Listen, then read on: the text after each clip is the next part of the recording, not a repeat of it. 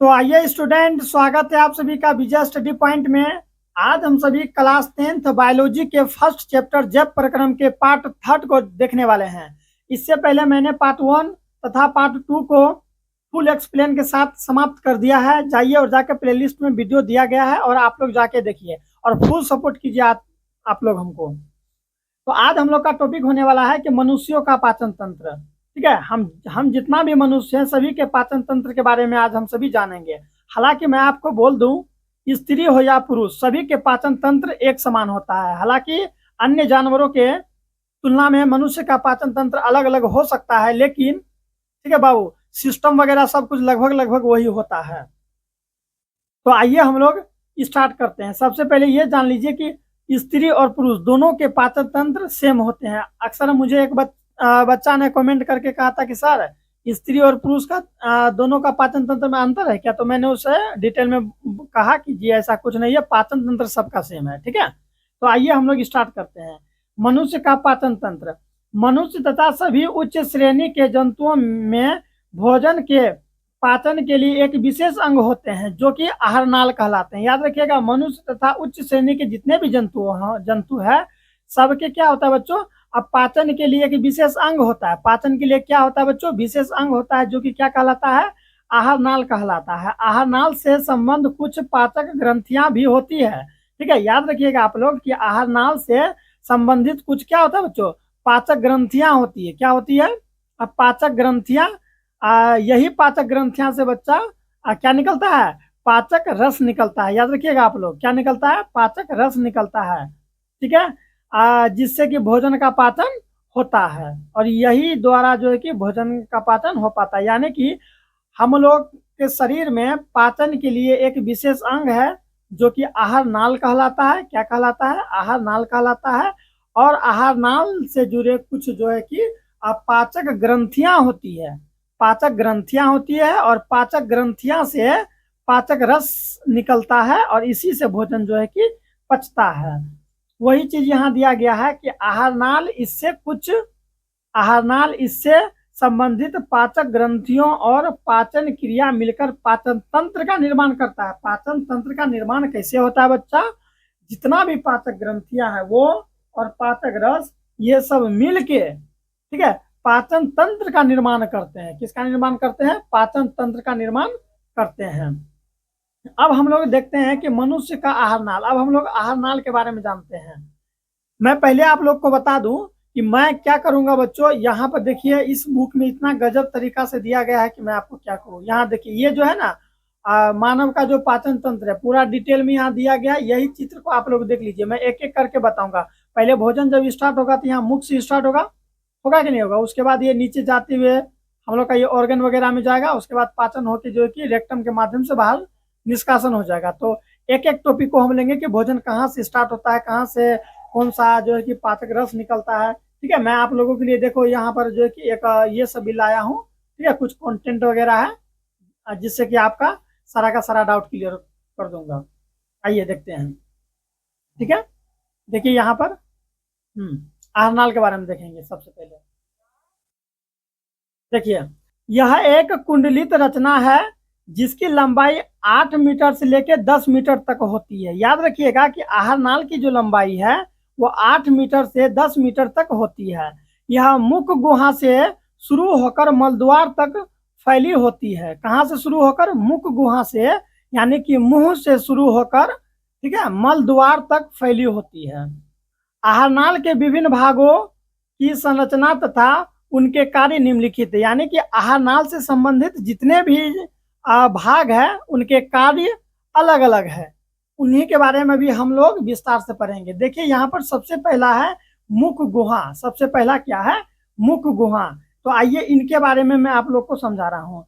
मुख गुहा आहार नाल का पहला भाग होता है। तो आहार नाल का सबसे पहला भाग क्या होता है? मुख गुहा होता है। क्योंकि जब हम लोग भोजन करते हैं तो सबसे पहले यहीं पर मुंह में डालते हैं ना जी, मुख गुहा में हम लोग भोजन को डालते हैं ना, इसीलिए वो आहार नाल का पहला भाग कहलाता है।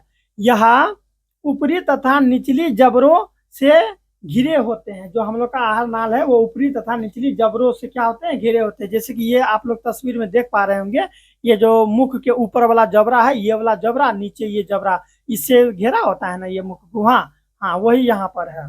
ठीक है, जबरों है ना, यहाँ जबरे से घिरे होते हैं।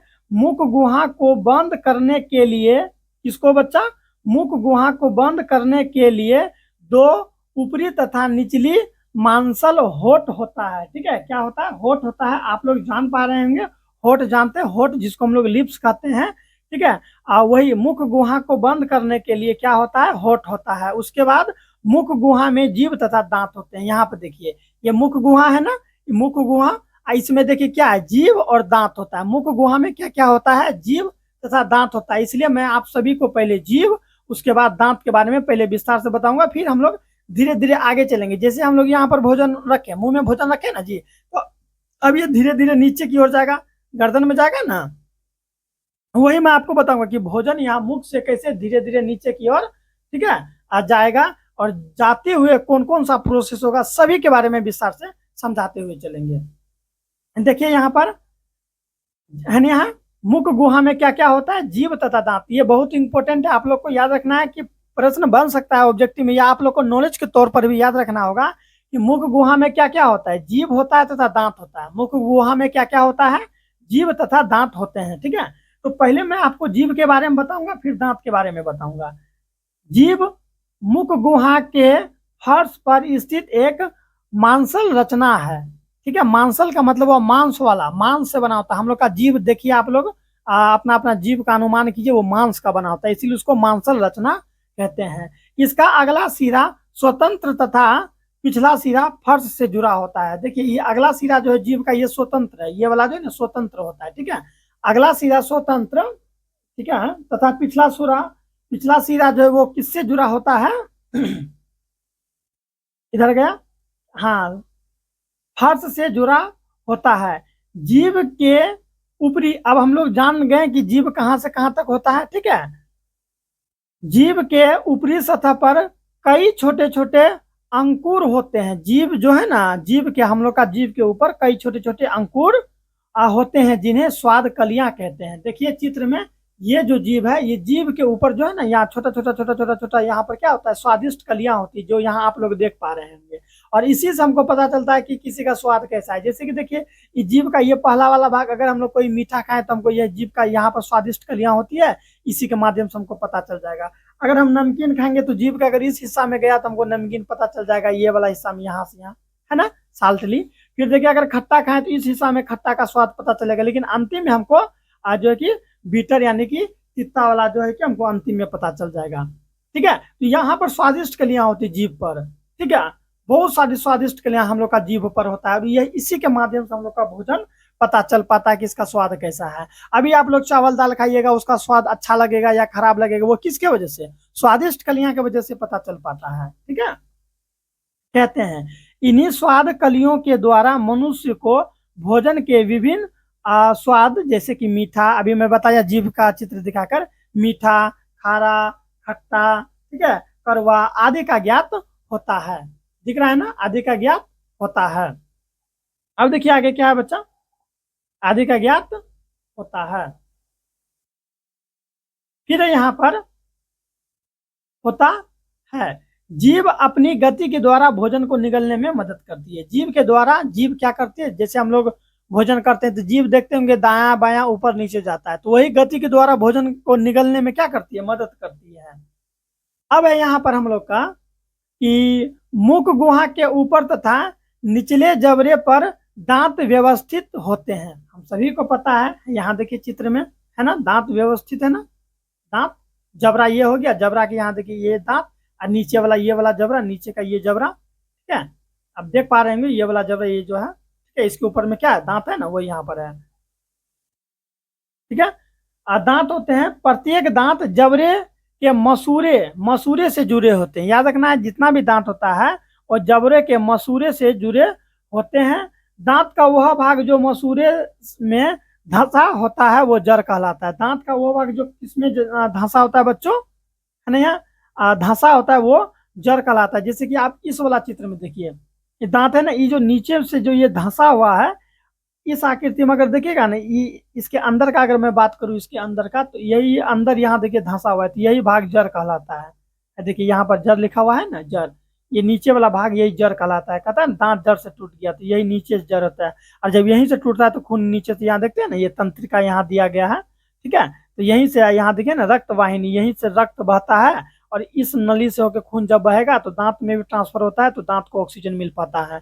यहीं जब ये टूट जाता है, यहाँ से टूट जाता है, तो हम लोग का दांत से खून निकलना शुरू हो जाता है, ठीक है। तो वही यहाँ दिया गया है कि जड़ तथा वह भाग जो मसूड़े के ऊपर निकला होता है वो सिरा या शिखर कहलाता है। क्या कहलाता है? सिरा या शिखर कहलाता है। देखिए यहाँ पर दांत का ऊपरी वाला भाग, देखिए यहाँ है ना, ये पहला वाला भाग, दांत का ऊपरी वाला भाग, ये सब, ठीक है, ये क्या कहलाएगा? शिखर कहलाएगा। और जो दांत का सबसे अंतिम भाग होता है, नीचे वाला जो जड़ होता है, वो जड़ कहलाएगा। बीच वाला भाग जो ये देख रहे हैं 2 नंबर में, ठीक है, दिख रहा है कि नहीं आपको? हाँ, यहाँ देखिए 2 नंबर में जो ये ग्रीवा कहलाता है, ये इस हिस्सा को ग्रीवा कहेंगे दांत के। और सबसे ऊपरी हिस्सा जो है ये वाला वो हिस्सा, ठीक है ना, यहाँ पर मसूरों के ऊपर वाला हिस्सा ये शिखर कहलाता है। मसूड़े में जो ये बीच वाला जो स्थित होता है, ये वाला हिस्सा, वो ग्रीवा कहलाता है। और ये सबसे नीचे वाला हिस्सा जो है, ये दांत का ये वाला और ये वाला हिस्सा, ठीक है, ये दोनों हिस्सा, ठीक है, वो क्या कहलाता है? जड़ कहलाता है। वो यहाँ दिया है सिर या शिखर कहलाता है। जड़ तथा शिखर के बीच, देखिए है ना, यहाँ जड़ तथा शिखर के बीच का भाग ग्रीवा या गर्दन कहलाता है। प्रत्येक दांत के भीतर एक मज्जा गुहा होती है। जितना भी दांत होता है बच्चा, दांत के अंदर क्या होता है? एक मज्जा गुहा होता है, याद रखिए क्या होता है? मज्जा गुहा होता है। और इसके ऊपर दंताइस्थ, आइए देखते हैं, इसके ऊपर ठीक है, दंतास्थि, देखिए पहले मैं इसको एडजस्ट कर लूं। हाँ, दंतास्थि या डेंटाइन होती है, जो दांत का अधिकांश भाग तैयार करती है। दांत का अधिकांश भाग अगर कौन तैयार करता है? तो डेंटाइन करता है। प्रश्न बन सकता है ऑब्जेक्टिव में कि दांत का अधिकांश भाग कौन तैयार करता है? तो डेंटाइन करता है, ठीक है। यह हड्डी से भी अधिक कड़ी तथा पीले रंग की होती है। देखिए ये जो है डेंटाइन जो है, ये हड्डी से भी अधिक कड़ी तथा पीले रंग की होती है। डेंटाइन के ऊपर इनामेल होता है। इनामेल कहाँ होता है? डेंटाइन के ऊपर होता है, ठीक है। डेंटाइन के ऊपर इनामेल की एक कड़ी परत होती है, जो कि दांत को सुरक्षा देती है। दांत को क्या देती है बच्चों? सुरक्षा देती है। देखिए यहाँ चित्र में देखते हैं, ये देखिए, है ना, ये दांत के अंदर का सिस्टम वगैरह है, ठीक है, दांत के अंदर में जो होता है। और देखिए दांत के ऊपर जो है कि इनामेल का जो है एक परत होता है। ये हम लोग का जो वो होता है ना, दांत के ऊपर में जो परत इनामेल का, वो भी काफी मजबूत होता है। कड़ी परत होती है जो कि दांत को सुरक्षा प्रदान करती है। दांत भोजन को काटने तथा चबाने का कार्य करती है। दांत का अगर काम क्या है? तो भोजन को काटना चबाना, वही काम है दांत का। एक वयस्क मनुष्य के मुख गुहा में कुल 32 दांत होते हैं। जितना भी वयस्क मनुष्य है, ठीक है, बच्चा सब में 32 दांत नहीं होता है स्टार्टिंग में, लेकिन बड़ा होते होते जब वो वयस्क होगा तो होते होते उसके मुंह में 32 दांत हो जाते हैं, ठीक है, 32 दांत होते हैं। दांत 4 प्रकार के होते हैं। दांत के प्रकार कितने हैं? 4 प्रकार के दांत होते हैं। आइए देखते हैं चारों प्रकार के दांत को देखते हैं। मैं यहाँ पर आपको समझा दूं डायरेक्ट, ठीक है। यहाँ देखिए दांत के 4 प्रकार के बारे में मैं बता रहा हूँ। देखिए दांत के जो है सबसे पहला प्रकार को हम लोग कहते हैं कृंतक। क्या कहते हैं? कृंतक। कृंतक, ये दांत आप देख पा रहे होंगे यहाँ से, देखिए ये कृंतक। आगे का जो ये वाला 2 दांत होता है हम लोग का, वो कृंतक कहलाता है। ये देखिए ये वाला है ना, हाँ, इसी को हम लोग कृंतक कहते हैं। वही देखिए यहाँ 1 नंबर यहाँ पर लिखा हुआ है और 1 नंबर यहाँ पर भी लिखा हुआ है। इससे आप इंडिकेट कीजिए कि ये दोनों दांत, देखिए एक उखाड़ के भी मैं आप लोगों के लिए ये सिलेक्ट करके लाया हूँ ये तस्वीर। एक दांत उखाड़ के भी मैं आपको दिखा रहा हूँ। देखिए ये कृंतक और ये 1-2 नंबर का जो है ये कृंतक होता है, ठीक है। हालांकि ये वाला हिस्सा भी ये कृंतक के अंतर्गत ही आएगा, या और यहाँ पर भी देखिए नंबर दिया है ना, ये कृंतक होगा, ठीक है। आप लोग भी आप अपने अपने दांत को छू के स्पर्श करके पता कीजिए। ये आगे का 2 दांत जो है ना, ये वाला, ये सब, ये 3 को, ठीक है, यहाँ तो दोनों लिया है, देखिए यहाँ लिया है ना, आगे का ये 2 को और ये, वो कृंतक कहलाएगा। फिर ये देखिए रदनक, ठीक है, कृंतक हो गया ये रदनक। ये यहाँ पर देखिए ये रदनक है, देख रहे हैं ना, यहाँ पर जो दांत होगा वो रदनक कहलाएगा, भूलिएगा नहीं। यहाँ का वाला जो दांत है, आप लोग अपने अपने दांत को स्पर्श कीजिए। इधर का 3 नंबर और इधर वाला ये वाला दांत देखिए रदनक, ठीक है, जो किसी भी चीज को फाड़ चीर देता है। जो ये वाला दांत में बहुत ताकत होता है, ठीक है। अगर किसी को धंसाइएगा तो काफी धंस जाएगा पूरा, ये रदनक होता है। फिर इसी का अगर आप लोग थोड़ा सा नीचे आइएगा, ठीक है, दांत के अगर और अंदर जाइएगा तो ये वाला दांत देखिए 4 नंबर और 5 नंबर, इधर भी 4 और 5 देख सकते हैं, ठीक है। वो कौन सा दांत कहलाएगा बच्चों? आग्र चवर्णक कहलाएगा, क्योंकि इसी से हम लोग भोजन चबाते हैं। ये आगे हालांकि भोजन इससे भी चबाते हैं, और ये पीछे वाला चवर्णक से भी चबाते हैं। ये आगे में इसीलिए इसको अग्र चवर्णक कहा जाता है, ये पीछे में इसलिए इसको चवर्णक कहता है। ज्यादातर भोजन तो हम लोग यही ये दोनों ये अग्र चवर्णक और चवर्णक से चबाते हैं, लेकिन ये रत्नक ये सब का उतना काम नहीं है चबाने के क्रम में। इसका दांत तो फाड़ने उड़ने का काम है, ठीक है, ये काटने में काम करता है। जिससे हम लोग कभी भी सेब वगैरह काटते तो यहाँ से चवर्णक दांत से सेब थोड़ा काटेंगे, आगे का 2 दांत से ही हम लोग सेब या कोई भी फल वगैरह काटते हैं। आप लोग नारियल खाते होंगे तो कोई व्यक्ति यहाँ थ्रू काटता है, आगे का 2 ये जो कृंतक दांत से कोई भी चीज को काटता है। तो वही हुआ कृंतक, रत्नक, आग्र चवर्णक और चवर्णक। दांत के 4 प्रकार हैं, आप लोग माइंड में बैठा लीजिए कौन कौन सा। कृंतक, रत्नक, आग्र चवर्णक और चवर्णक। और बुक में आप लोग जब देखिएगा तो वहाँ इंग्लिश नाम भी उसका दिया गया है। एक बार फिर से, दांत के कितने प्रकार होते हैं? दांत के 4 प्रकार होते हैं, कृंतक, रत्नक, आग्र चवर्णक और चवर्णक। मैं आपको ये चित्र में दिखा दिया हूँ, आप स्क्रीनशॉट भी ले सकते हैं। दांत के कुल कितने जो है कि होते हैं प्रकार? 4 प्रकार होते हैं, ठीक है। वयस्क मनुष्य में दांत की कितनी संख्या होती है बच्चों? तो 32 होता है, लेकिन बच्चा में 32 नहीं होता, ठीक है, धीरे धीरे बढ़ता है। और ये चित्र सब मैं आपको बता ही दिया हूँ कि दांत के अंदर में क्या क्या होता नहीं होता है। आप लोग इसका नोट तैयार करते रहिएगा, ठीक है। तो ये हम लोग दांत के प्रकार को देख लिए। अब हम लोग ये जानते हैं कि दंत अस्थिक्षय क्या होता है। दंत अस्थिक्षय के बारे में जानना बहुत इंपॉर्टेंट है। देखिए, दंत अस्थिक्षय, ठीक है, कौन अस्थिक्षय? दंत अस्थिक्षय। ये दंत अस्थिक्षय के बारे में थोड़ा सा देख लेते हैं। देखिए, दंत अस्थिक्षय के बारे में अब हम लोग जानते हैं। ये दंत अस्थिक्षय अक्सर बच्चों के साथ ये होते रहता है। दंत अस्थिक्षय लगभग होता क्या है? दंत अस्थिक्षय से पता चल रहा है कि दांत का जो है बच्चों ह्रास हो रहा है। दांत का क्या हो रहा है? ह्रास हो रहा है, वही मेरा दंत अस्थिक्षय कहलाता है, ठीक है। कई बार क्या होता है, हम लोग या आप लोग देखते होंगे बचपन में चॉकलेट बहुत खाते हैं, खाए हैं कि नहीं खाए आप लोग? चॉकलेट खाते हैं, तो वही चॉकलेट वगैरह या बहुत मीठा खाने से हम लोग के साथ ये होता है। आइए रीडिंग देंगे, ये केवल आपको समझ में आ जाएगा। जब हम कोई मीठा चीज जैसे कि मिठाई, चॉकलेट, आइसक्रीम आदि खाते हैं तथा खाने के बाद अपनी दांतों को अच्छी तरह साफ नहीं करते हैं, चॉकलेट वगैरह तो खा लिए लेकिन दांत साफ नहीं करते, जो कि छोटा छोटा बच्चा वगैरह होता है ना, वो चॉकलेट वगैरह खा के देखते हैं, वो बच्चा लोग तो ऐसे भी मुंह नहीं धोता है, जो काफी छोटा बच्चा होता है वो, लेकिन वो चॉकलेट वॉकलेट बड़ा खाता है। तो वही यहाँ पर दिया है, ठीक है। आइसक्रीम, चॉकलेट या कोई मीठा चीज तथा खाने के बाद अपने दांतों को अच्छी तरह साफ नहीं करते हैं।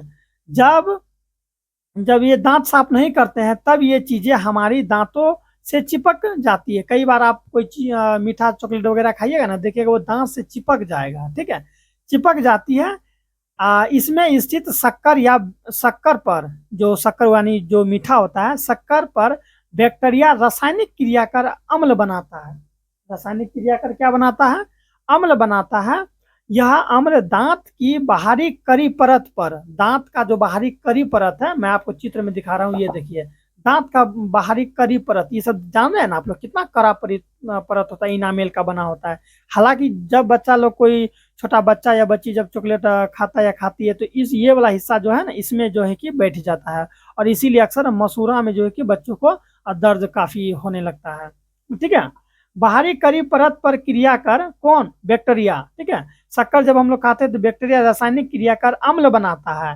यह अम्ल दांत की बाहरी करी परत पर क्रिया कर उसे नरम बना देता है। नरम यानी नाजुक कोमल बना देता है, ठीक है, यहाँ दिख रहा है आप लोगों को, बना देता है।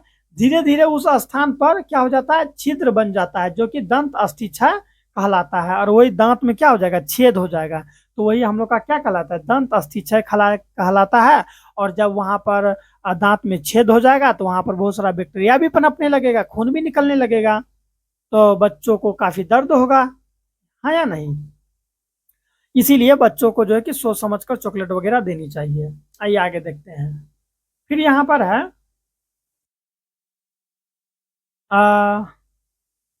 दंत अस्थिक्षय कहलाता है। बैक्टीरिया तथा भोजन के महीन कण दांत से चिपककर एक परत का निर्माण कर देते हैं।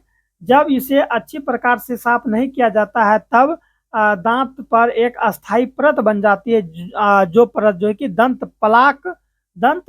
प्लाक जो है कि कहलाता है। जब यही इसी को हम लोग अच्छा तरीका से साफ नहीं करते हैं तो दांत पर एक परत बन जाता है। अब वही परत को हम लोग कहते हैं दंत प्लाक कहलाता है। इसलिए भोजन के बाद दांतों को नियमित रूप से अच्छी तरह से उसको क्या करना चाहिए, दंत मंजन से, कोई अच्छा सा पेस्ट वगैरह से दांत को हम लोग को साफ करना चाहिए। इससे हम लोग का दांत सुरक्षित रहेगा। हम लोग देखते हैं आगे यहाँ पर है कि ऐसा करने पर बैक्टीरिया दांतों के भीतर प्रवेश कर जड़ों तक पहुंच जाते हैं और इससे क्या होता है, दांत संक्रमण हो जाते हैं, जिससे कि दांतों में दर्द होने लगता है। इसीलिए आप लोग कभी भी भोजन कीजिए, भोजन करने के बाद ठीक है ब्रश वगैरह हल्का फल्का कर लीजिए। ज्यादा देर अगर नहीं भी कीजिएगा फिर भी भोजन करने के बाद, ताकि कोई भी चीज आपका दांत में चिपका हुआ नहीं रहे, तो इससे दांत का जो है लाइफ बढ़ जाएगा बच्चों, और दांत मजबूत भी रहेगा। फिर हम लोग देखते हैं आगे, यहाँ पर है कि मनुष्य के मुख गुहा में जो है कि 3 प्रकार की जो है कि लार ग्रंथियां पाई जाती है। ठीक है, 3 जोड़ी लार ग्रंथियां पाई जाती है। मनुष्य के मुख गुहा में 3 जोड़ी लाल ग्रंथियां पाई जाती है। कई बार एग्जाम में प्रश्न ये बनेगा कि 3 प्रकार की लाल ग्रंथियों के बारे में बताइए, तो आपको लिखना होगा पैरोटिक ग्रंथि, पहला होता है पैरोटिक ग्रंथि, दूसरा होता है सब मैडिबुलर लार ग्रंथि, तीसरा होता है ठीक है, तीसरा होता है सबलिंगुअल लार ग्रंथि। 3 प्रकार का मैं बता दिया। आपको याद रखना है कि मनुष्य में जो है कि 3 जोड़ी लाल ग्रंथियां होती है। कितनी जोड़ी? 3 जोड़ी, यानी कि 6 को। ठीक है, 3 जोड़ी लाल ग्रंथियां पाई जाती है। कौन कौन? एक बार फिर से देखिए, पैरोटिड ग्रंथि, दूसरा सब मैली बुलर लार ग्रंथि, फिर सबलिंगुअल लार ग्रंथि होता है। इससे निकलने वाली लार नालिकाओं द्वारा मुख गुहा में गिरता है, और यही सबसे जो लार निकलता है, देखिए यहाँ पर मैं आपको यहाँ फिर से चित्र में दिखा रहा हूँ। देखिए यहाँ पर है ना लार ग्रंथि, यही सबसे जो लार निकलेगा तो हम लोग जो भोजन करते हैं तो वहां पर आके भोजन को चिपचिपा कर देता है, जिससे कि भोजन को निगलने में आसानी प्राप्त होता है। अब हम लोग जानते हैं ग्रसनी के बारे में। ठीक है, ग्रसनी यहाँ है ना, ग्रसनी भोजन का प्रोसेस को हम लोग जान रहे हैं कि पहले मुख में गया, फिर मुख में जो भी जीभ दांत है उनके बारे में हम लोग जाने, फिर भोजन, यहाँ देखिए चित्र में, जब भोजन थोड़ा सा पीछे गया तो यहाँ लार ग्रंथि से जो है कि लार निकला, लार निकल के भोजन को चिपचिपा कर दिया। फिर अब हम लोग ग्रसनी के बारे में जान रहे हैं, इस हिस्सा को हम लोग ग्रसनी कहते हैं। ठीक है, ग्रसनी के बारे में हम लोग जानते हैं। ग्रसनी क्या होता है, यहाँ देखिए, ग्रसनी मुख गुहा का पिछला भाग ग्रसनी कहलाता है। जो मुख गुहा का पिछला भाग होता है वो ग्रसनी कहलाता है। इसमें 2 छिद्र होते हैं। पहला छिद्र निगल द्वार, जो आहार निगल द्वार होता है, ठीक है, जो आहार नाल के अगले भाग ग्रसनली में खुलता है, तथा दूसरा भाग कंठ द्वार, जो कि श्वास नली में खुलता है। कहाँ खुलता है? श्वास नली में खुलता है। कंठ द्वार के आगे एक पट्टी जैसी रचना होती है, जो कि इपिग्लोटिस कहलाता है। मनुष्य जब भोजन करता है तब यह पट्टी कंठ द्वार को ढक देती है, जिससे कि भोजन श्वास नली में नहीं पहुंच पाता है। हम लोग क्या करते हैं, यहाँ पे देखिए ग्रसनी, यहाँ आपको चित्र में अच्छा खासा दिख रहा होगा, ये ग्रसनी है। जब भोजन नीचे उतरता है, ठीक है, तो यहाँ पर जो है कि श्वास नली का एक रास्ता उधर से जाता है। तो जब भी हम भोजन करते हैं, बच्चों, तो भोजन यहाँ से नीचे आता है कि नहीं आता? तो भोजन डिसबैलेंस होकर ये श्वास नली में नहीं चले जाए। श्वास नली में अगर चला जाएगा तो इससे हम लोग को बहुत ही परेशानी हो सकती है। इसीलिए इसके द्वार पर जो है कि एक इपिग्लोटिस का परत होता है। किसका परत होता है? इपिग्लोटिस का। जब हम भोजन करते हैं तो ये इपिग्लोटिस ऐसे करके बंद हो जाता है। मैं आपको बंद करके दिखा रहा हूँ, ये देखिए ऐसे करके बंद हो गया, तो भोजन डायरेक्ट नीचे की ओर चला आता है कि नहीं आता है? जब भी हम भोजन करते हैं तो यहाँ से आएगा, फिर यहाँ पे एक इपिग्लोटिस होता है। वो इपिग्लोटिस क्या करता है, ये इधर से जो श्वास नली का जो आगे रास्ता बना हुआ है उसको क्या करेगा, ढक देगा, तो भोजन डायरेक्ट नीचे की ओर चला आएगा। ठीक है, जिससे कि भोजन इधर नहीं जा पाता है, कंठ द्वार की ओर नहीं जा पाता है। ठीक है, और हम लोग स्वस्थ रहते हैं, कभी भी कुछ नहीं होता है। लेकिन कभी कभी हम लोग को हिचकी आना शुरू हो जाता है। हम लोग जब भी भोजन करते हैं तो हम लोग भोजन खाते हैं और हम लोग का ध्यान कहीं और होता है, तो हम लोग का जो ये दिमाग है ना, वो एडजस्ट नहीं कर पाता है कि भोजन को किधर भेजना है। जब भोजन यहाँ से देखिए सड़क के नीचे आता है, नीचे भोजन इस तरह से आ रहा है, तो भोजन यहाँ पर आके कंफ्यूज कर जाता है कि इधर जाए इधर जाएं कि नीचे जाएं। तो भोजन कभी कभी क्या होता है, हम लोग खा यहाँ रहे हैं, सोच कहीं और रहे हैं, तो भोजन डायरेक्ट इधर जाना शुरू हो जाता है।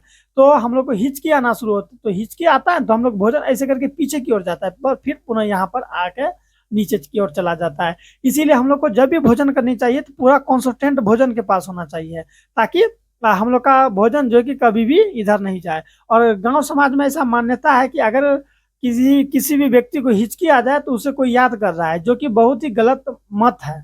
ठीक है, ये सब चीज पर विश्वास नहीं करना है आप लोगों को। ठीक है, साइंस अगर आप लोग पढ़ रहे हैं तो इस पर विश्वास नहीं करना है, क्योंकि जब भी हम लोग भोजन करते हैं, तो मैं अभी आपको बताया ना, फिर से एक बार समझ लीजिए, जैसे यहाँ मुख से भोजन आया, ठीक है, तो भोजन अगर हम लोग पूरा ध्यान पूर्वक कर रहे हैं तो भोजन डायरेक्ट नीचे की ओर चलाएगा। लेकिन जब हम लोग किसी चीज के बारे में सोचते हैं और मुंह में भोजन लेते हैं और चबाते हैं, तो माइंड एडजस्ट नहीं कर पाता है, माइंड जो है ना समन्वय नहीं बैठा पाता है कि भोजन को भेजना किधर है, इस ओर या इस ओर की नीचे। तो जिस वजह से क्या होता है, भोजन नीचे चलाता है। हालांकि इपिग्लोटिस भी कंफ्यूज कर जाता है कि कब हम इसको बंद करें कब नहीं करें। ठीक है, इपिग्लोटिस भी ये नहीं समझ पाता कि कब बंद करना है कब नहीं, क्योंकि जितना भी हम लोग का डाइजेस्टिव सिस्टम चलता है या कोई भी हम लोग का शरीर में दैनिक क्रिया होता है, वो तो माइंड पर डिपेंड करता है ना। तो माइंड ही आपका कहीं और है तो कैसे होगा। इसीलिए पूरा कॉन्सेंट्रेट के साथ हम लोग को क्या करना है, यहाँ पर जो है कि भोजन करना है, जिसके वजह से नीचे हम लोग का भोजन जाएगा और श्वास नली में नहीं जाएगा। कई बार आप लोगों के साथ ऐसा भी होता होगा कि आप लोग पढ़ भल ही रहे हैं, आप लोग ट्यूशन में स्कूल में हैं और टीचर पढ़ा भी रहे होते हैं। जैसे अगर बाय द वे मैं अगर आपको पढ़ा रहा हूँ और आपका ध्यान कहीं और है, आपका ध्यान कहीं है कि अभी जल्दी जल्दी पढ़ लेते हैं, फिर रिसेप्शन में जाना है, ठीक है, शादी में जाना है, भोज खाने जाना है, तो आपका ध्यान कहाँ है, दूसरी जगह है। तो आपको ऐसी स्थिति में समझ में नहीं आएगा, क्योंकि दिमाग, आपका आंख देख भली रहा है बुक को, आपका कान भली सुन रहा है बुक को, लेकिन आपका जो दिमाग है जो इस चीज को समझना चाहिए वो कहाँ है, वो तो कहीं और है, जिसके वजह से आप समझ नहीं पाएंगे अच्छा तरीका से। इसीलिए आपको क्या करना है, कोई भी काम अगर करना है तो डायरेक्ट कॉन्सेंट्रेट के साथ 2 मिनट कर लीजिए, 3 मिनट कर लीजिए, उसके बाद वो काम छोड़ दीजिए, फिर कीजिए। ठीक है, खाना ही खाना है तो जल्दी जल्दी 2 मिनट में खा लीजिए, उसके बाद फोन यूज कीजिए। अगर फोन यूज करना है तो, पढ़ना है तो पहले पढ़ लेते हैं फिर खा लेते हैं, या फिर पहले खा लेते हैं फिर पढ़ लेते हैं। तो ठीक है, इस तरह से क्या होता है, दिमाग एडजस्ट कर पाता है और कोई भी काम हम लोग भली भांति अच्छा तरीका से कर पाते हैं। तो आइए अब हम लोग आगे देखते हैं। अब हम लोगों ने ग्रसनी को देख लिया, अब ग्रास नली को देखेंगे।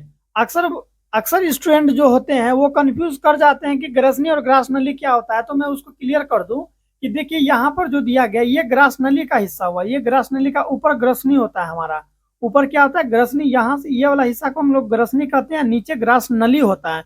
तो आप लोगों को कंफ्यूज नहीं करना है कि ग्रसनी और ग्रास नली में क्या जो है कि अंतर है। अगर आपको कहीं पर भी दिक्कत होगा तो डिस्क्रिप्शन में मेरा नंबर दिया गया है, आप हमसे कांटेक्ट कीजिए या व्हाट्सएप पर हाई भेजिए, मैं आपका सारे के सारे प्रॉब्लम को दूर करने का प्रयास करूंगा।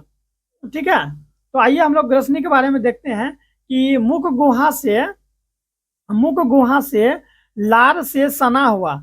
मुख गुहा से क्या होता है, लार से सना हुआ, क्योंकि जब अभी हम बताए ना आपको, भोजन हम लोग करते हैं तो मुख गुहा में डालते हैं तो वहां से लार निकलता है, तो लार क्या होता है भोजन में मिल जाता है, तो लार से सना हुआ, वही यहाँ दिया कि लार से सना हुआ भोजन निगल द्वार के द्वारा ग्रास नली में पहुंचता है।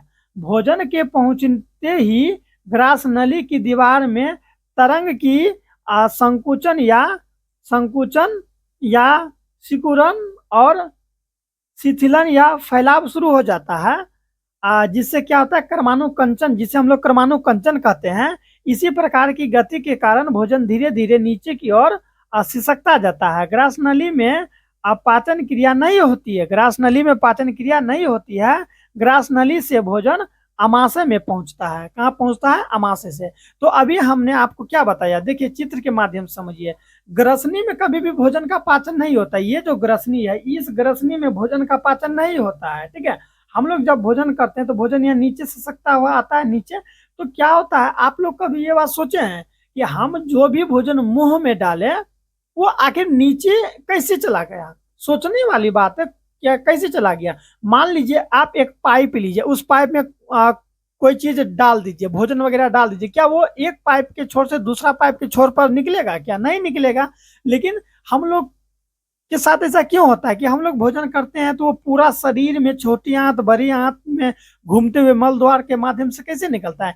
क्योंकि हम लोग जो भी भोजन करते हैं ना, तो क्या होता है उसमें संकुचन और फैलाव होता है। संकुचन और फैलाव का मतलब ऐसे समझिए, यहाँ देखिए मेरा हाथ आप देख पा रहे हैं, ऐसे करके सिकुड़ता है, ऐसे करके फैलता है, सिकुड़ता है फैलता है, सिकुड़ता है फैलता है। तो इस माध्यम से क्या होता है, वो जो ग्रास नली अभी हम आपको बताए इस तरह से सिकुड़ता है और फैलता है। तो भोजन धीरे धीरे धीरे धीरे नीचे की ओर चला जाता है, नीचे की ओर चलते रहता है। ठीक है, वही चीज अभी मैं आप लोगों को बताया। तो यही विधि क्या कहलाता है? कर्मा कर्मा कुंचन कहलाता है। ये देखिए फिर से एक बार, ऐसे क्या हुआ, सिकुड़ा ऐसे फैला, सिकुड़ा फैला, सिकुड़ा फैला, सिकुड़ा फैला, यही कर्मा कुंचन कहलाता है। यही क्या कहलाता है? कर्मा कुंचन कहलाता है। और भोजन इसी तरह से, ठीक है, कर्मा कुंचन विधि के द्वारा अमाशय में पहुंचता है। ठीक है, अब सबका काम खत्म होते जा रहा है ना धीरे धीरे। पहले हम लोगों ने मुख गुहा का काम खत्म कर लिया, फिर लार ग्रंथि का खत्म कर लिया, फिर यहाँ पर जो है कि ये ट्रेकिया, ये क्या होता है, ये जो है ना यहाँ पर इस टाइप से होता है ताकि ये सटे नहीं, ट्रेकिया टाइप का यहाँ पर होता है। ठीक है, हल्का बहुत पतला हड्डी टाइप का आप समझ सकते हैं, यहाँ रहता है ताकि ये आपस में इस तरह से चिपक ना जाए, है ना, ये जैसे हाथ देख रही है चिपक ना जाए, इसीलिए यहाँ पर ट्रेकिया होता है। ठीक है, तो आगे हम लोग देखते हैं यहाँ पर, ये देख पा रहे हैं ग्रास नली अभी बता दिए। और फिर भोजन कहाँ चल गया? ग्रास नली से अमाशय में पहुंच जाता है। फिर अमाशय की हम प्रक्रिया को देखते हैं। अगर आपको मैं कर्मा कुंचन विधि को दिखाऊं तो यहाँ देखिए चित्र में भी दिखाया गया है कैसे भोजन नीचे की ओर जा रहा है। देखिए यहाँ है ना, संकुचन हुआ तो भोजन नीचे की ओर गया, फिर यहाँ देखें शिथिलन हुआ, फैलाना, तो फैलता है, सिकुड़ता है। इसी माध्यम से हम लोग का पूरा बॉडी में भोजन का अवशोषण होते रहता है। अब हम लोग अमाशय के बारे में जानते हैं, क्योंकि भोजन अब हम लोग का कहाँ चला गया? अमाशय में चला गया। अमाशय क्या होता है? यह एक चौड़ी थैली जैसी रचना है। अमाशय क्या है? एक चौड़ी, चौरा, चौरा समझते हैं ना, इस तरह से चौरा। लंबा का बात करते ये ऐसे अगर डायरेक्ट अगर सीधा रहे तो लंबा लंबा, चौरा यानी कि इस टाइप से। ठीक है, चौरा। यह एक चौड़ी थैली जैसी रचना है जो उदर गुहा के बाईं ओर, उदर गुहा के कहा? उदर यानी पेट, उदर यानी पेट के बाईं ओर। जैसे कि आप जो ये वीडियो देख रहे हैं तो आपका बाईं ओर किधर है? बायां हाथ किधर है? तो वही बाईं ओर हुआ। तो वहीं पर बाईं ओर से शुरू होकर, ठीक है, किधर चले गए? हाँ, बाईं ओर से शुरू होकर अनुप्रस्थ दिशा में फैली होती है। ठीक है, किधर कैसे फैली होती है? अनुप्रस्थ दिशा में फैली होती है।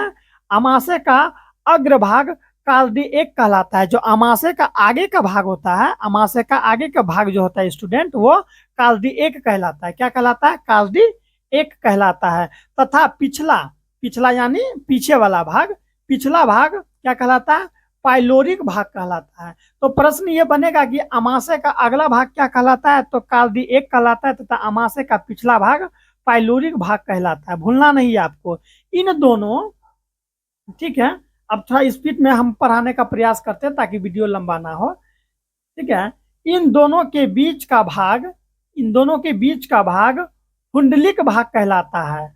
अमाशय का अग्र भाग कालडी एक तथा पिछला भाग पाइलोरिक तथा बीच का भाग कुंडलिक भाग कहलाता है। आपको भूलना नहीं है, कुंडलिक भाग कहलाता है। आप क्या कर सकते हैं? नोट्स तैयार कर सकते हैं, खुद अपना हाथ से लिख लिख के नोट्स बनाइए, ज्यादा समझ में आएगा, एग्जाम में अच्छा नंबर आएगा तब। कहलाता है। आहार नाल के अन्य भागों की तरह अमाशय की भीतरी दीवार पर स्तंभाकार एपिथेलियमी कोशिकाओं का स्तर होता है। कोशिकाओं का यह स्तर जगह जगह अंदर की ओर धंसा रहता है। इन धंसे भागों को कोशिकाएं, इन धंसे भागों को कोशिकाएं अमाशय रस या जठर ग्रंथियां का निर्माण होता है। देखिए, क्योंकि आप लोग याद रखिएगा कि जठर ग्रंथियां का निर्माण कहाँ से होता है? तो अमाशय से होता है। कहाँ से? अमाशय में जो एक अमाशय ग्रंथियां होती है वहीं से जठर रस निकलता है। तो अमाशय प्रश्न ये बन सकता है कि अमाशय से कौन सा रस निकलता है? तो आपको याद रखना होगा कि जठर रस निकलता है। कौन सा रस? जठर रस निकलता है। ठीक है, निर्माण करती है। अब यहाँ दिया है कि जठर ग्रंथियों की कोशिका 3 प्रकार की होती है। जो जठर ग्रंथि की कोशिका होती है वो कितने प्रकार की होती है? 3 प्रकार की होती है। यहाँ देखिए, है ना, दिख रहा है क्या आपको? अब दिख रहा होगा। जठर ग्रंथियों की कोशिकाएं 3 प्रकार की होती है। प्रश्न बनेगा कि जठर ग्रंथि की कोशिकाएं कितने प्रकार की होती है? 3 प्रकार की होती है। आइए देखते हैं। सबसे पहले पहला होता है श्लेष्मा। क्या होता है, श्लेष्मा, या इसी को हम लोग म्यूकस कोशिकाएं कहते हैं। श्लेष्मा या म्यूकस कोशिकाएं दोनों एक होता है, समझिएगा ध्यान से। कई कई स्टूडेंट को यहाँ पर जो है कि कंफ्यूजिंग हो जाता है, तो आपको कंफ्यूज नहीं होना है। जठर ग्रंथि का जो जठर ग्रंथियों की कोशिकाएं 3 प्रकार की होती है। पहला प्रकार को हम लोग कहते हैं श्लेष्मा या म्यूकस कोशिकाएं, ठीक है। दूसरा होता है भित्ति, दूसरा क्या होता है, भित्ति या अम्लजन कोशिकाएं, भित्ति या अम्लजन कोशिकाएं, तथा तीसरा होता है मुख्य या जाइमोजिन कोशिकाएं, मुख्य या जाइमोजिन कोशिकाएं। इन तीनों प्रकार की कोशिकाओं से स्राव का सम्मिलित रूप जठर रस कहलाता है। यानी कि ये जो कोशिका का जो 3 प्रकार है, जठर ग्रंथियों की जो कोशिका है उनके 3 प्रकार मैं अभी बताया, ठीक है। ये तीनों से जो रस निकलता है ना, तो यही तीनों से जो रस निकलता है, इसी के सम्मिलित रूप को हम लोग जठर रस कहते हैं, ठीक है। मैंने अभी क्या बताया कि श्लेष्मा से निकलता है, फिर क्या बताया यहाँ पर भित्ति से निकलता है, ठीक है। इसी का दूसरा नाम यहाँ दिया गया है, ठीक है। दो सबका जो है कि हिंदी और अंग्रेजी दोनों नाम दिया गया है, तो मैं आपको हिंदी नाम पढ़ के बताता हूँ कि श्लेष्मा कोशिका, भित्ति कोशिका तथा मुख कोशिका, ये तीनों से जो रस निकलता है, इसी के सम्मिलित रूप को हम लोग जठर रस कहते हैं। जठर रस में अब देखिए, जठर रस में हाइड्रोक्लोरिक अम्ल होता है। जठर रस में क्या होता है, हाइड्रोक्लोरिक अम्ल और म्यूकस, म्यूकस को हम श्लेष्मा भी कहते हैं। हाइड्रोक्लोरिक अम्ल म्यूकस, जिसको हम लोग श्लेष्मा कहते हैं, का निष्क्रिय पेप्सिनोजेन होता है, ठीक है। इसी का निष्क्रिय पेप्सिनोज होता है। हाइड्रोक्लोरिक अम्ल का स्राव अम्लजन कोशिकाओं से होता है। प्रश्न बनेगा कि हाइड्रोक्लोरिक अम्ल का जो है कि स्राव कहाँ से होता है, तो अम्लजन कोशिका से होता है। हाइड्रोक्लोरिक अम्ल का निर्माण कहाँ से होता है, तो अम्लजन कोशिका से होता है। हाइड्रोक्लोरिक अम्ल निष्क्रिय पेप्सिनोजेन की सक्रिय पेप्सिन नामक एंजाइम में बदल देता है। किस में बदल देता है, पेप्सिन नामक एंजाइम में बदल देता है। देखिए यहाँ क्या है, हाइड्रोक्लोरिक अम्ल निष्क्रिय पेप्सिनोजेन को, हाइड्रोक्लोरिक जिसका रासायनिक सूत्र होता है HCl, वही क्या करता है, निष्क्रिय पेप्सिनोज को, यहाँ बताए थे ना, हाँ यहाँ देखिए ना, पेप्सिनोजेन, निष्क्रिय पेप्सिनोज को सक्रिय, यानी कि ये काम नहीं करता है, लेकिन इसको इस रूप में बदलता है कि वो काम करने लगता है, वही और निष्क्रिय को सक्रिय में बदल देता है। यहाँ काम नहीं करता था पेप्सिनोज, लेकिन सक्रिय में बदलने के बाद ये काम करेगा अच्छा खासा, ठीक है। किसमें बदल देता है, पेप्सिन में बदल देता है, पेप्सिन नामक एंजाइम में बदल देता है।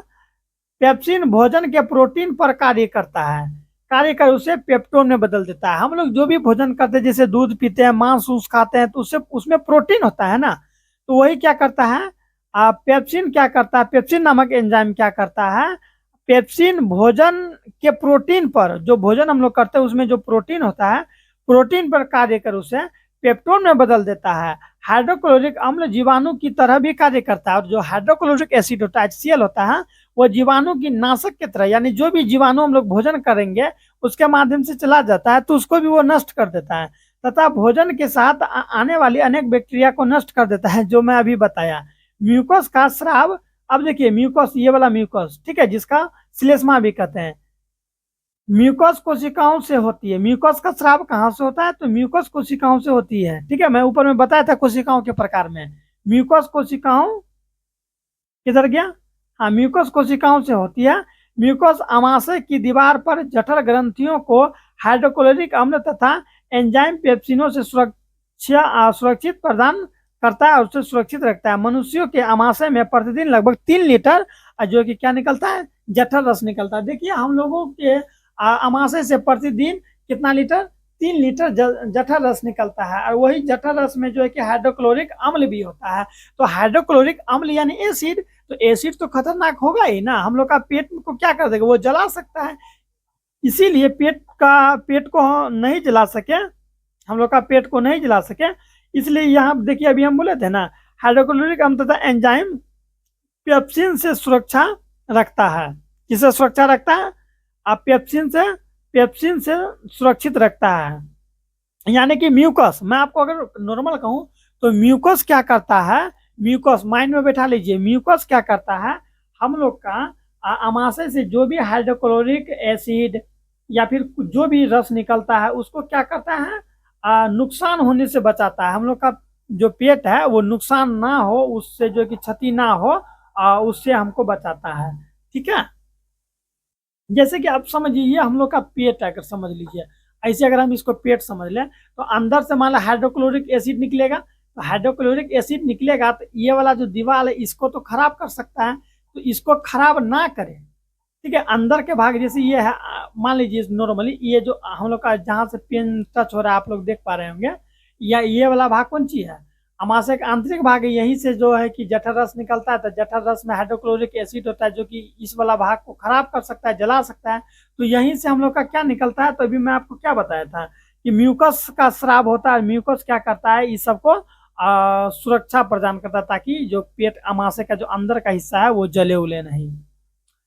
अब कभी कभी क्या होता है देखिए, अमाशय की अमाशय की ग्रंथियों से कभी कभी अत्यधिक अम्ल स्राव होने लगता है, जिसके कारण इसकी दीवारों को सुरक्षित रखने वाले म्यूकस का स्राव घट जाता है। ठीक है, म्यूकस का स्राव घट जाता है। तो ऐसी स्थिति में अमाशय की दीवार की आंतरिक स्तर में कहीं कहीं गोलाकार गोलाकार अंदर की ओर कुछ धंसा हुआ घाव निकल जाता है। ठीक है बच्चों, घाव निकल जाता है अंदर, क्योंकि जब अम्ल ज्यादा निकलने लगता है पेट में तो वहाँ क्या होता है, और म्यूकस का स्राव कम हो जाता है, तो वहीं पर हम लोग का दीवार में, अमाशय की दीवार पर क्या हो जाता है बच्चों, घाव हो जाता है।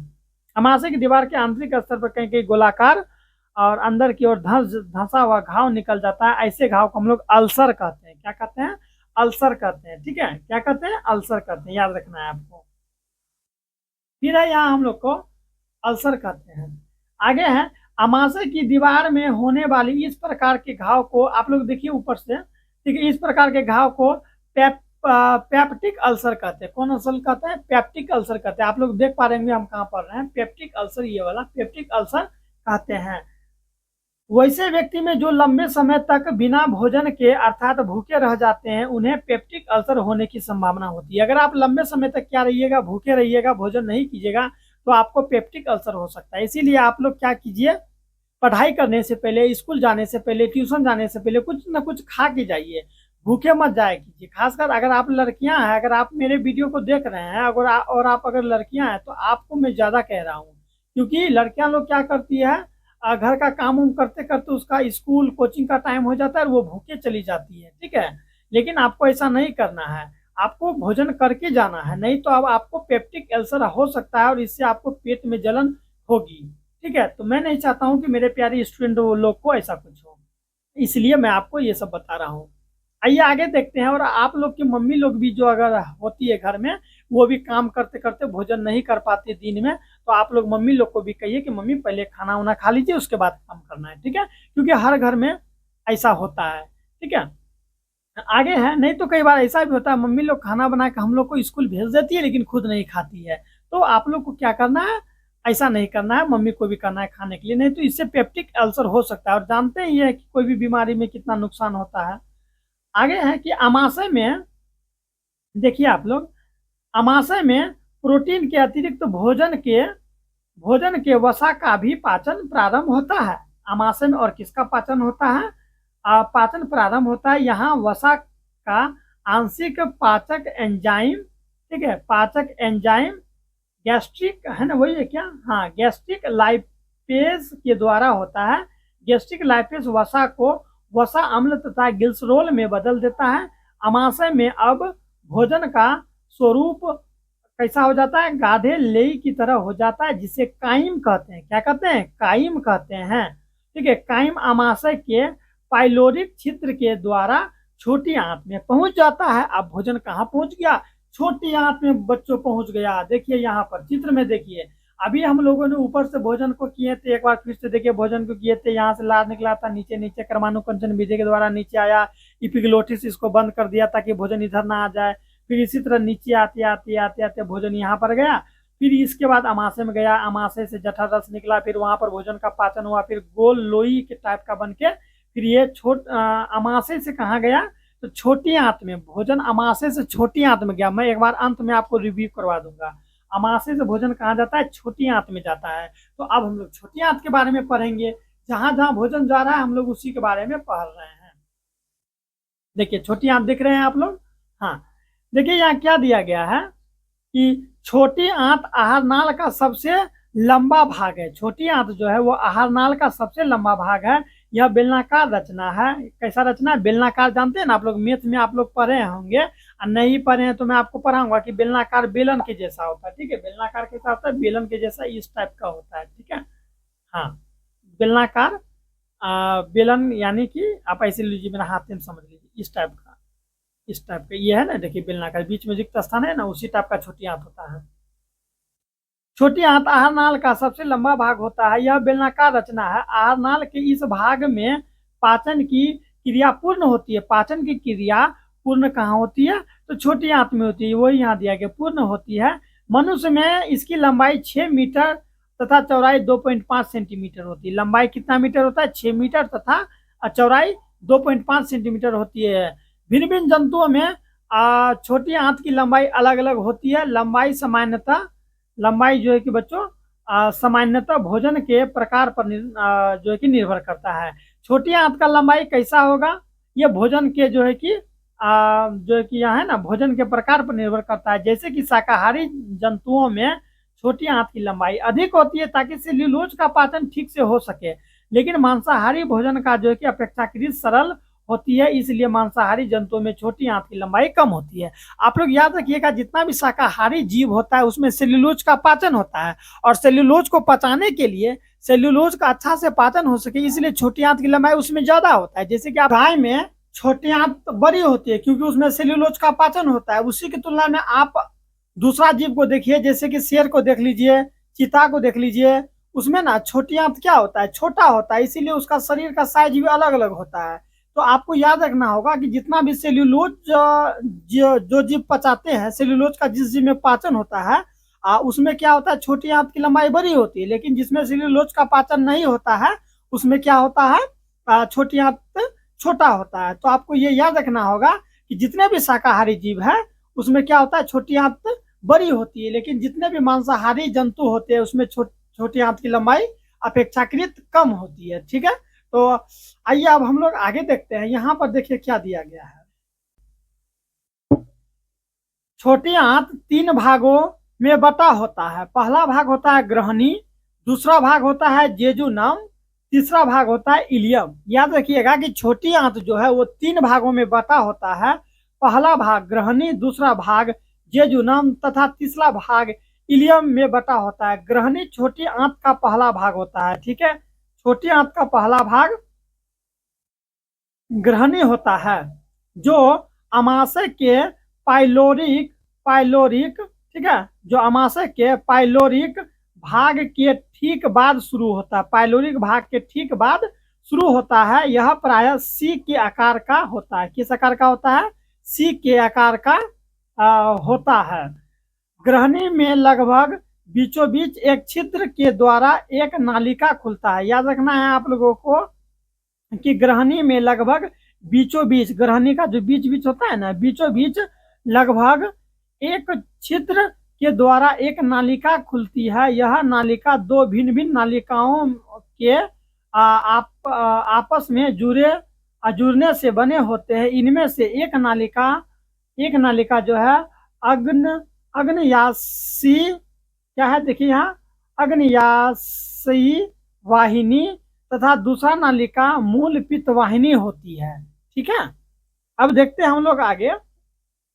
यहाँ पर ज्यादा समझने वाली बात यही है कि अग्नाशय के 3 भाग होते हैं। ठीक है, हाँ, तो आइए आगे देखते हैं। यहाँ जेजुनम के बारे में अब हम लोग देखते हैं। देखिए बाबू, यहाँ पर जेजुनम छोटी आंत का मध्य भाग होता है। जेजुनम क्या होता है? छोटी आंत का मध्य भाग है। छोटी आंत का अधिकांश भाग इलियम होता है। छोटी आंत का जो अधिकांश भाग होता है वो कौन सा होता है? इलियम होता है। इस भाग में भोजन का अंतिम रूप से पाचन समाप्त होता है, और इसी भाग में जो है ना भोजन का अंतिम रूप से पाचन समाप्त होता है। कौन भाग में? तो जेजुनम में। पचे हुए भोजन का अवशोषण भी छोटी आंतों के इसी भाग में होता है। जो भोजन का जो अवशोषण है, छोटी आंत के अवशोषण भी छोटी आंत के इसी भाग में हो जाता है। छोटी आंत में भोजन का पाचन पित्त, अग्नाशय रस, आंत रस या सक्कस एंटी है ना, यहाँ एंटेरिकस जो क्रमशः यकृत से पित्ताशय रस निकलता है, अग्नाशय से अग्नाशयी रस निकलता है तथा आंत से जो है कि आंत रस का निष्कासन होता है। ठीक है, याद रखना है। इन्हीं द्वारा जो है कि भोजन का पाचन हो पाता है पूर्ण रूप से। तो आपको याद रखना होगा कि भोजन का पाचन में मुख्य रूप से जो रस होते हैं उसमें होते हैं सबसे पहला पित्त रस। ठीक है, जो पित्त रस कहाँ से निकलता है? यकृत से निकलता है, लीवर से, उससे निकलता है पित्त रस। ठीक है, जो भोजन को पचाने में हेल्प करता है। फिर है अग्नाशय से निकलता है कौन सा रस? अग्नाशयी रस। और आंत से निकलता है आंत रस। ठीक है, इसी के द्वारा होता है। तो अब हम लोग एक एक करके जानेंगे। जैसे कि अब हम लोग यकृत के, जैसे यहाँ पर है ना, यकृत के बारे में जानेंगे, अग्नाशय के बारे में जानेंगे, फिर आंत ग्रंथियां के बारे में जानेंगे। ये तीनों जानने के बाद भोजन को हम लोग भेज देंगे बड़ी आंत में।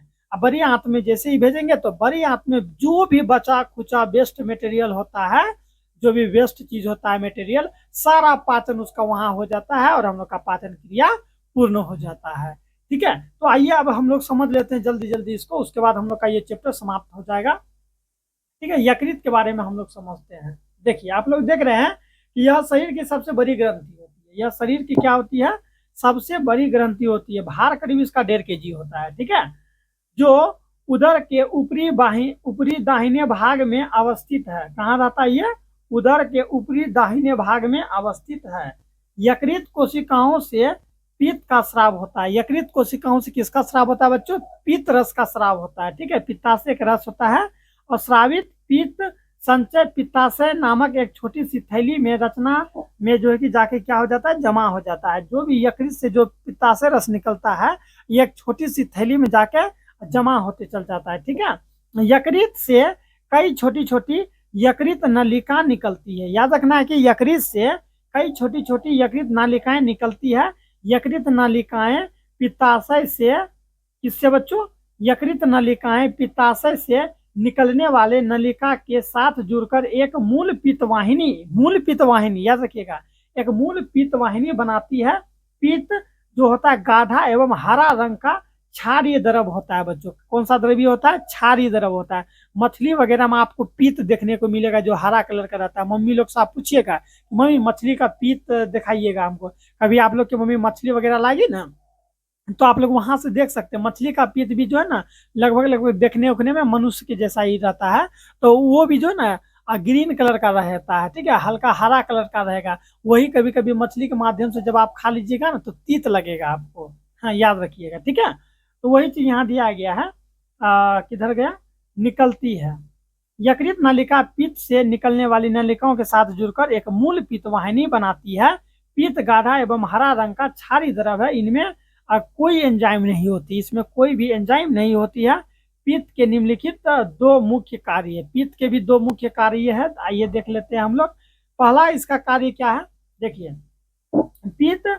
पित्त अमाशय से ग्रहणी में आए अम्ल को कायम की अम्लता को नष्ट कर देता है। यानी क्या होता है? पित्त क्या करता है? अमाशय से ग्रहणी में आए। ठीक है, कहाँ से?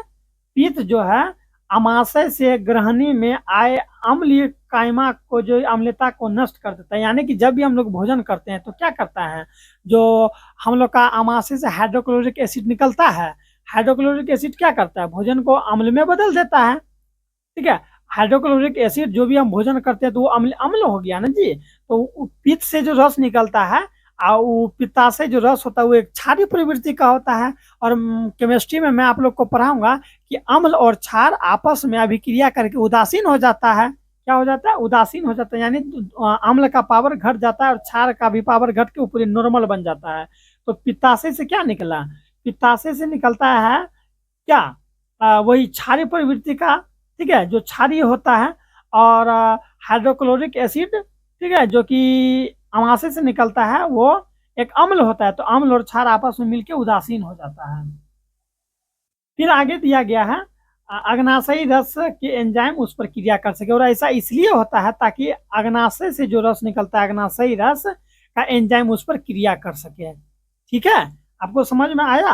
और नहीं भी आए तो आइए हम लोग एक बार यहाँ चित्र को देखिए, तुरंत समझ में आ जाएगा। देखिए हम लोग जो भी भोजन करते हैं, एक बार समझिए, हम लोग जो भी भोजन करते हैं, भोजन ऐसे आते हुए कहाँ पर आता है, अमाशय में आता है।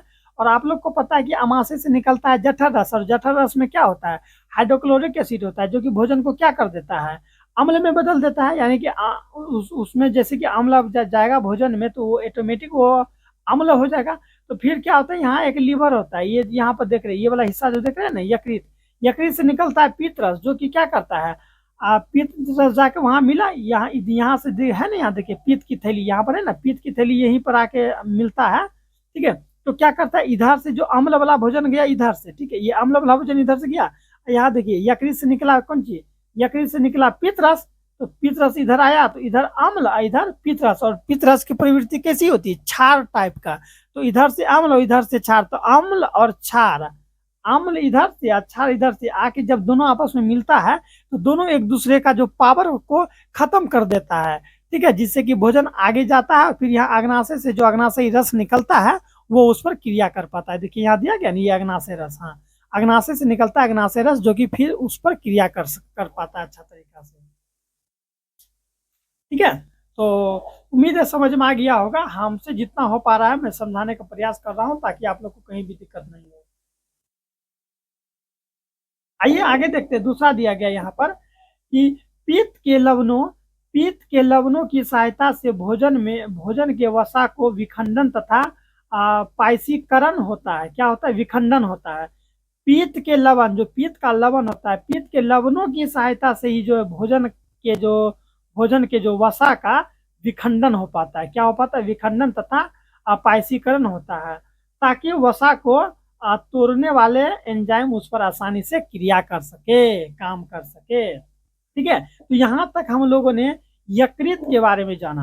अब हम लोग जानेंगे अग्नाशय के बारे में। किस बारे में, अग्नाशय के बारे में हम लोग देखेंगे। देखिए यहाँ दिया गया है कि अमाशय के ठीक नीचे तथा ग्रहणी को घेरे पीले रंग की एक थैली होती है, जो अग्नाशय कहलाती है। अग्नाशय के अनेक पतली पतली नलिकाएं होती है, जो आपस में जुड़कर एक बड़ी अग्नाशयी वाहिनी बनाती है।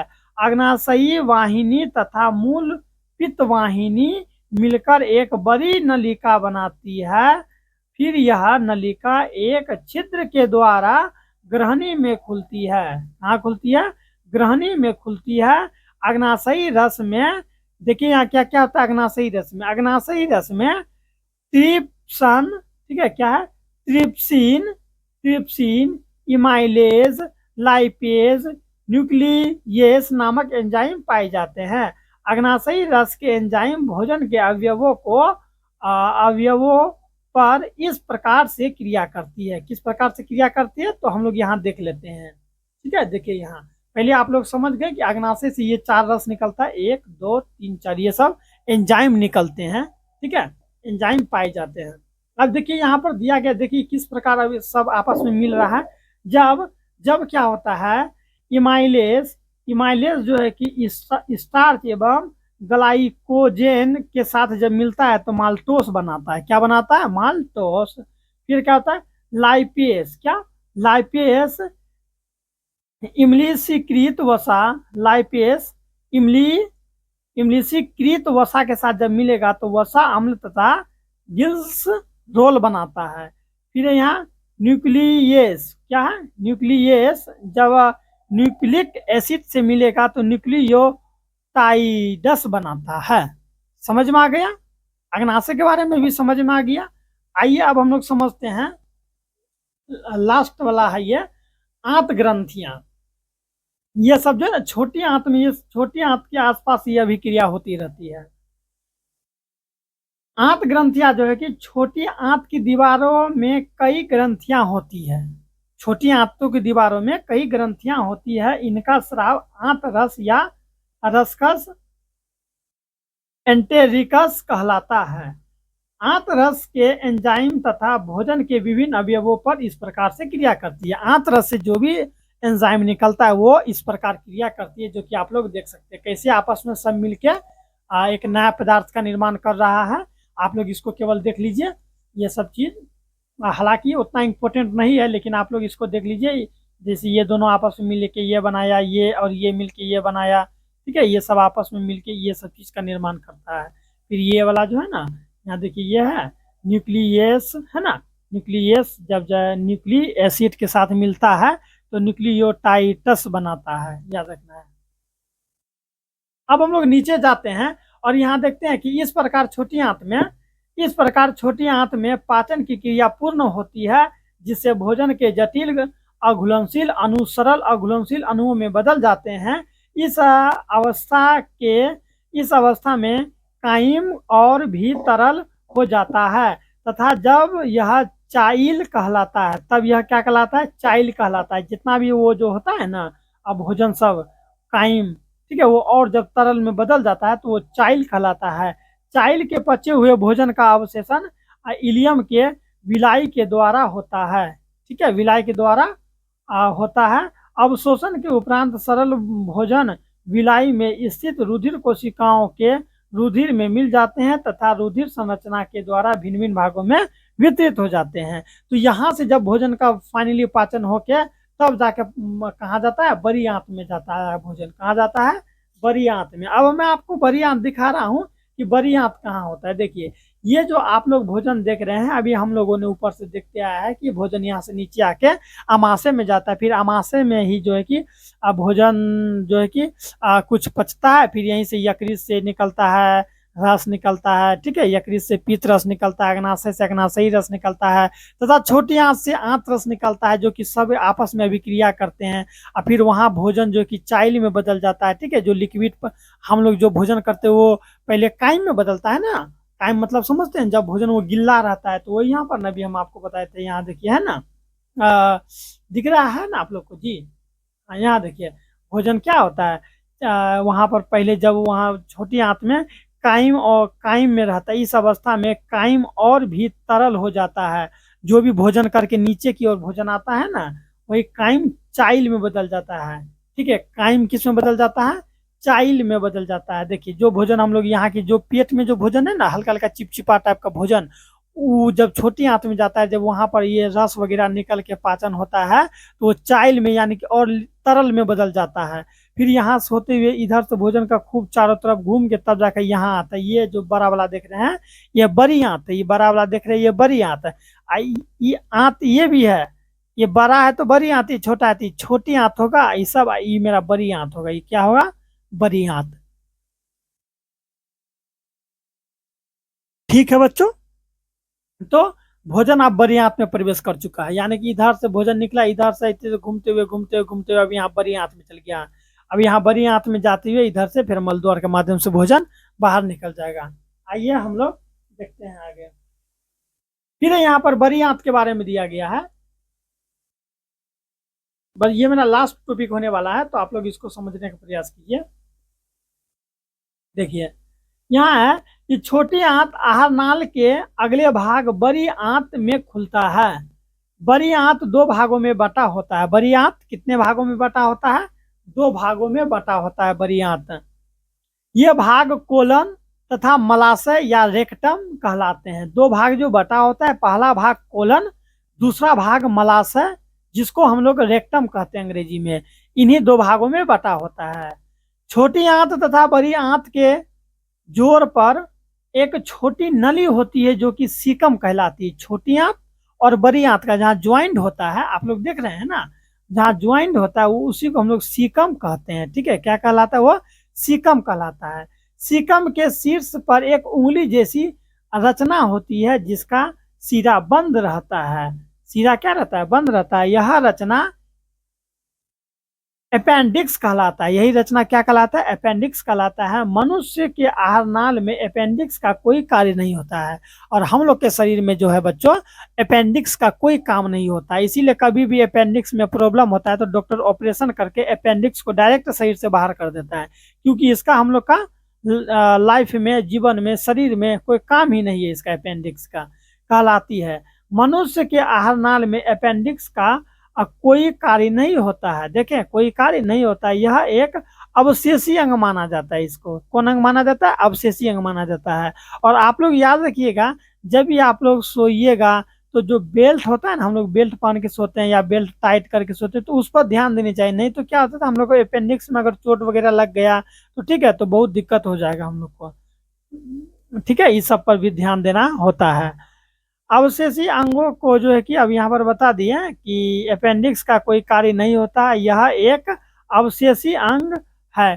कोलन 3 भागों में विभक्त होता है। अब देखिए, कोलन भी कितने भागों में विभक्त होता है? 3 भागों में विभक्त होता है। कोलन 3 भागों में विभक्त होता है। ये भाग है ऊपरी ऊपरीगामी कोलन। कौन सा है? ऊपरीगामी कोलन। दूसरा है अनुप्रस्थ कोलन। तीसरा है अधोगामी कोलन। कोलन कितने भागों में बटा होता है? 3 भागों में। ऊपरीगामी कोलन, कौन गामी? ऊपरीगामी कोलन, अनुप्रस्थ कोलन तथा अधोगामी कोलन। अधोगामी कोलन रेक्टम में खुलता है। अधोगामी कोलन कहाँ खुलता है? अधोगामी कोलन रेक्टम में खुलता है। याद रखना है आपको। प्रश्न बनेगा कि अधोगामी कोलन कहाँ खुलता है, तो रेक्टम में खुलता है, जो कि अंत में मल द्वार के द्वारा शरीर से बाहर खुलता है। वही यहाँ देखिए चित्र में, शरीर से बाहर खुलता है, यही है। ठीक है,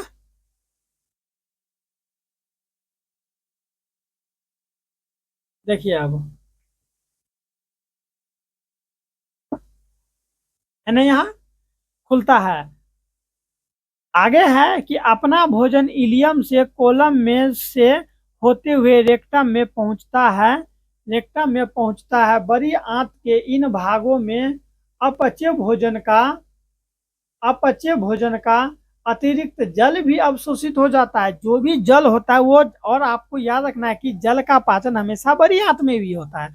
जो भी भोजन हम लोग करते हैं उसका पाचन नहीं हो पाता है, तो वो बड़ी आंत में पच ही जाता है।